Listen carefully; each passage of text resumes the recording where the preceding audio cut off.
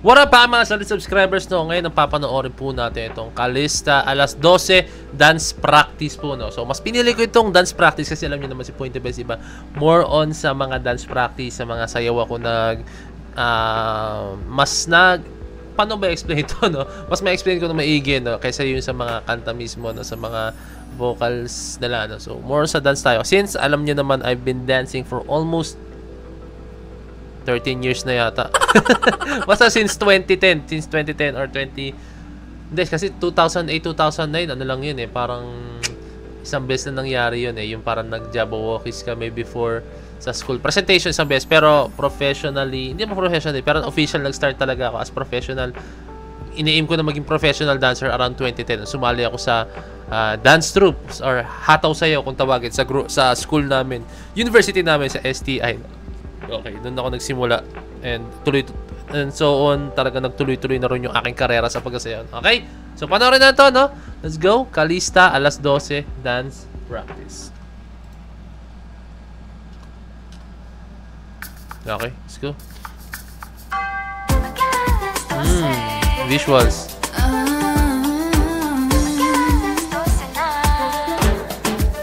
Hey! Woo!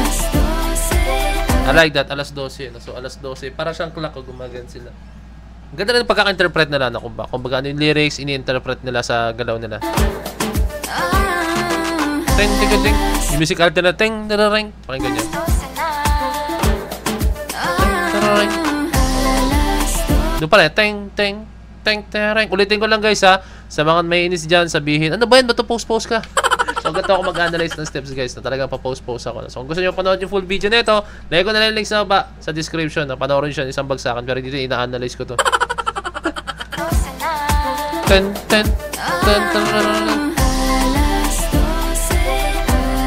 Hey, that sequence. Alas 12 oras. Ooh! Hey!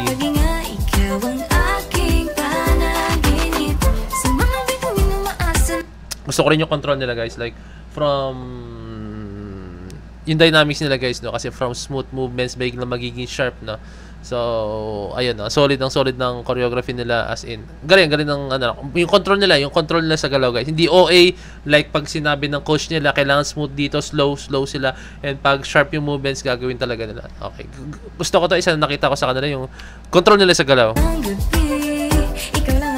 sa akin leveling ng kamay. Okay, good. Okay, bounce. Hey! Woo!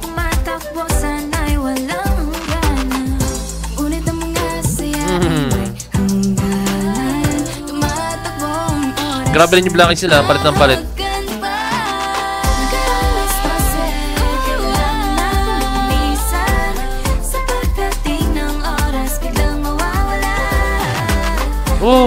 Ang angas no?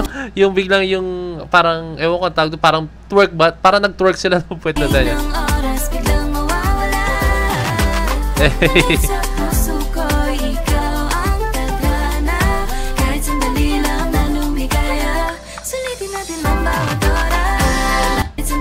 Wait lang, nag-ring ang aking phone no? Kamaya ka na, nanonood ako.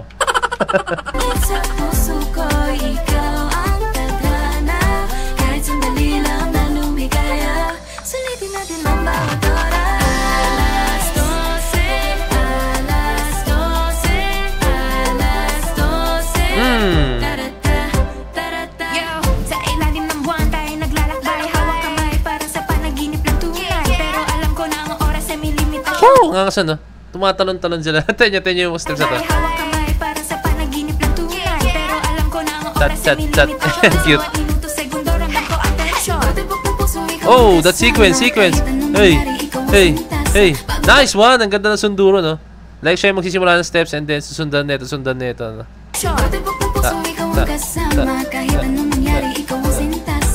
Galing pa sa paano nagkasumunod to?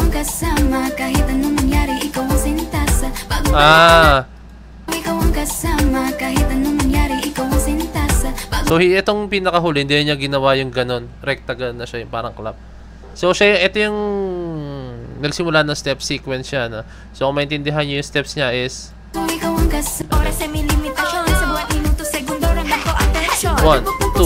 3, 4, 5, 6, 7, 8. Okay, no? So, ganito yan guys, para maintindihan yung ginawa nila, no? So, kung ginawa niya is 1, 2, 3, 4, 5, 6, 7, 8, no? And then, ito, paano ginawa niya? Parang ito, sa pangalawang count siya, nag-start ng pangunang steps. So, rest siya, kumbaga rest count siya, no? Rest, 1, 2, 3, 4, 5, 6, 7, 8. Pero parang hindi siya umabot ng 8. Tignan natin na. And then yung the rest, ito naman, 2 count siya nag-rest, no? So, rest, 1, 2, 3, 4, 5, 6, 7. And then ito, tatlong beses siya nag-rest. Rest, 1, 2, 3. Okay. Para maintindihan nyo lang. Rest, rest. Yan, diba? Doon tayo sa pinakuli para makita nyo sinasabi ko. Rest, 1, 2, 3. Okay, kasi na. Okay. Pero medyo sinortcut na lang yung steps dito, no? Kumbaga, ilang counts na lang ginawa niyang steps. Rest, 1, 2, 3, 4, 5. So, 5 counts na lang yung ginawa niyang steps.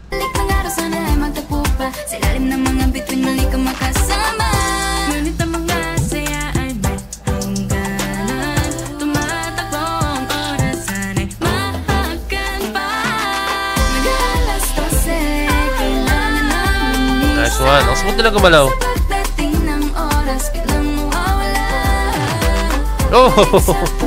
Ang smooth nila gumalaw. Tapos, isa sa mga comment ko sa kanila guys, napaka-klaro po ng steps nila. Like, pag may gagawin silang steps, makikita mo talaga like, kasi masabi mong clear ang isang steps kung makikita mo talaga, no? Yun yung pinaka, ano niya, no? Or, masabi mong nabibitaw nila ng maayos or na-justify nila yung steps or nagagawa nila ng tama yung steps kung yung movement po na ginagawa nila is talagang sumasakto po sa music, no? Like, kunyari, ginawa nila yung ito, ano sa tayo? 159, no? Sige, balik ako dito sa umpisa. Dito may part talagang medyo klaro eh.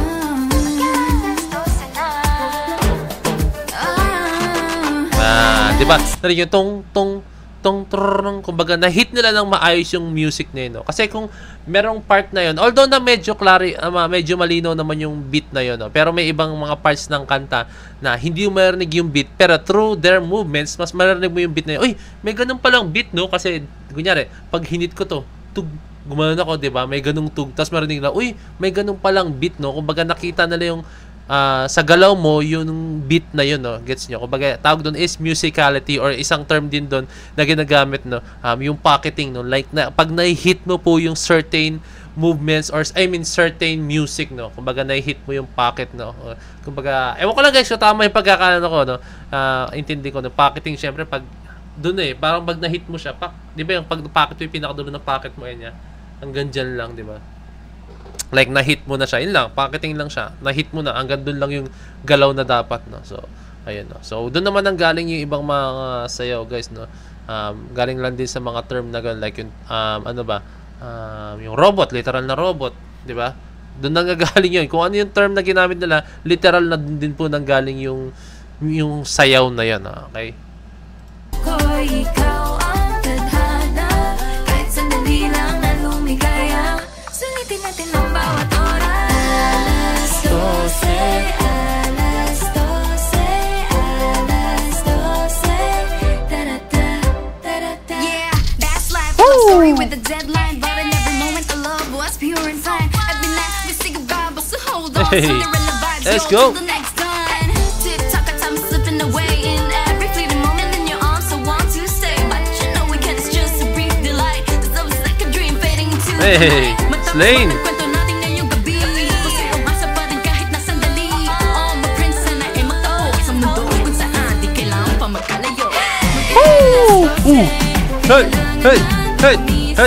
Hey!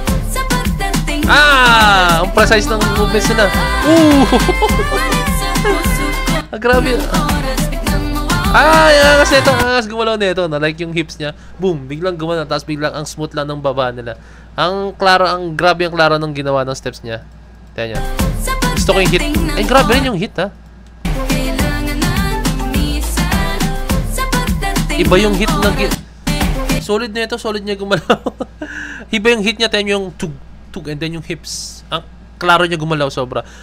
Syempre, props sa kanila, no? Klaro sila gumalaw, pero yung part na yun, sobrang klaro niya gumalaw. As in, ito. Siya na tingnan niyo. Yan, ito. Hey, solid. Boom. Woo! Napaka-confident niya gumalaw. Hey, solid.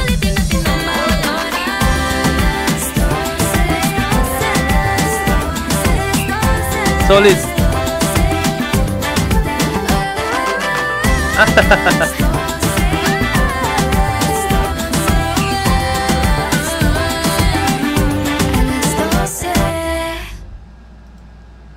Galing nakalista, galing. So solid siya, no. Although siya yung napansin ko, solid niya gumalaw. Although baka siya lang yung napansin ko, pero in the rest, goods naman sila lahat, guys. Siya lang yung nag-stand out sa akin, no. Siya yung nag-stand out sa akin sa part na dance practice na to, no. So ayun, ang galing ng kalista, no. Napakagaling nila, no. So asahan nyo, I think alas 2 siguro niya upload po ito, no. Abang-abang kayo alas 12. I think pag napanood nyo to, promise alas 12 ko in-upload to. Alas 12 ko i-upload to. So see you sa inyo 12 o'clock, no. Pero guys, kidding aside, napakagaling ng kalista, yung pagbitaw nila ng steps, and then yung confidence nila pag bumibitaw ng steps. Kasi may kita mo yung pag hindi ka confident sa pagbitaw ng steps, may kita mo yung yung hindi klaro yung galaw mo, no. So may kita mo doon na sobrang confident sila, which is like kahit anong facial expressions gawin nila, like paano nila lalaroin yung steps, lalaroin din yung mga gestures nila, no, as in yung mga kung saan nakatingin yung mga ulo nila, no, yung mata nila, no. So confident enough sila kaya nabibitaw na lang maayos, and hindi sila nag-aalala na magkakamali, no, kasi confident sila, kabisado nila SEO, no? So ang galing ng kalista, napakagaling nito, no. So I hope guys na-enjoy ito yung video na to, no, and comment kayo down below kung ano nung next P-pop group na papanoorin ko, or kung ano, meron pa po bang mga dance practice ang kalista na pwede natin panoorin, no. And yun, tuloy-tuloy lang tayo sa pagsuporta po sa P-pop, no. Let's go, no. So maraming salamat. So this is Boy the Bed signing out. Peace. Let's see.